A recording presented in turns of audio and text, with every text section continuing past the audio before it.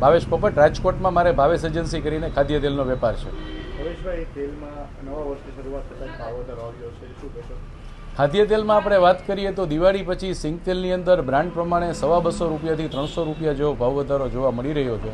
એની સામે સાઇડ તેલમાં એટલે કે કપાસિયા તેલ, પામોલીન તેલ અને સોયાબીન તેલની અંદર 50 રૂપિયા જેવો ભાવ ઘટાડો જોવા મળી રહ્યો છે.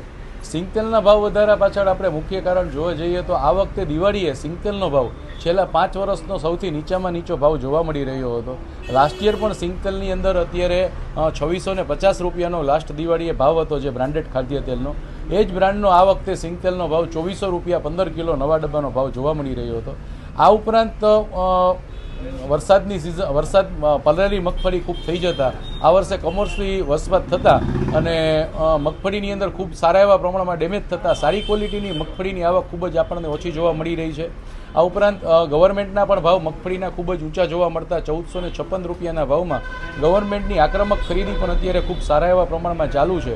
આવા કારણોસર પણ અત્યારે ખેડૂતો સારી ક્વોલિટીની મગફળી માર્કેટમાં ઊંચા ભાવ આવે તો જ વેચવું એવી વાત લઈ અને મગફળી અત્યારે વેચી રહ્યા છે. એટલે મગફળીની અંદર અત્યારે જે ખાદ્ય તેલમાં સારી ક્વોલિટીની મગફળી કહી શકાય એટલે કે જેવીસ મગફળી અને ગિરનાર મગફળી જેની અંદર સારી ક્વોલિટીનું તેલ આપણે ખાવા માટેના ઉપયોગમાં આવે એ ક્વોલિટીનું તેલ મળી રહ્યું છે.